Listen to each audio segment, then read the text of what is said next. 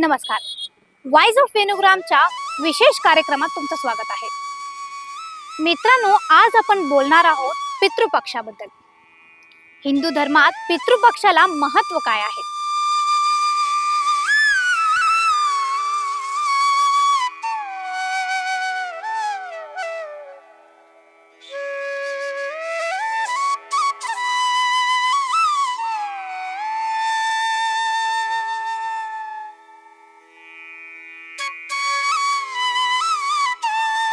हिंदू धर्मात पितृपक्षाचा महत्त्व काय आहे?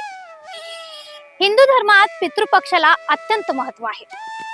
वर्षातून 15 दिवस हे आपल्या पितर आणि पूर्वजांच्या आत्म्याच्या शांतीसाठी विशेष मानले जातात, ज्याला आपण पितृपक्षी म्हणतो.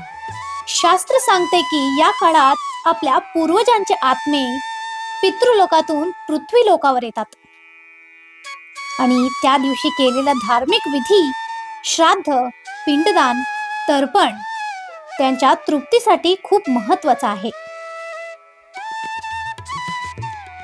श्राद्ध केल्याने पितरांचे ऋण फेडले जाते, त्यांना मोक्ष प्राप्त होतो आणि घरातील वातावरण शांतीपूर्ण राहतो. पितृपक्ष दरवर्षी भाद्रपद महिन्याच्या शुक्ल पक्षाच्या पौर्णिमापासून सुरू होतो आणि अश्विन महिन्याच्या कृष्ण पक्षातील अमावास्येपर्यंत राहतो. म्हणजे हा काळ साधारण 16 दिवसाचा असतो. या पंधरवड्यात घरात नवीन कामे, लग्न किंवा गृहप्रवेश यासारखे शुभ कार्य केले जात नाही,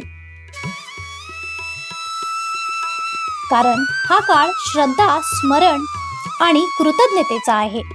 यंदाचा पितृपक्ष रविवारी 7 सप्टेंबर 2025 रोजी सुरू झालाय आणि रविवारी 21 सप्टेंबर 2025 रोजी समाप्त होईल. पितृपक्ष आपल्या स्वभावात सुसंवाद प्रस्थापित करण्याचा काळ आहे. अदृश्य आणि दृश्य जग याच्या समन्वय जतन करण्याचा काळ आहे.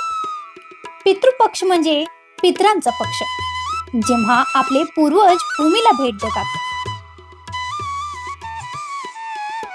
श्रद्धापूर्वक श्राद्ध न केल्यास यांचे आशीर्वाद मिळत नाही.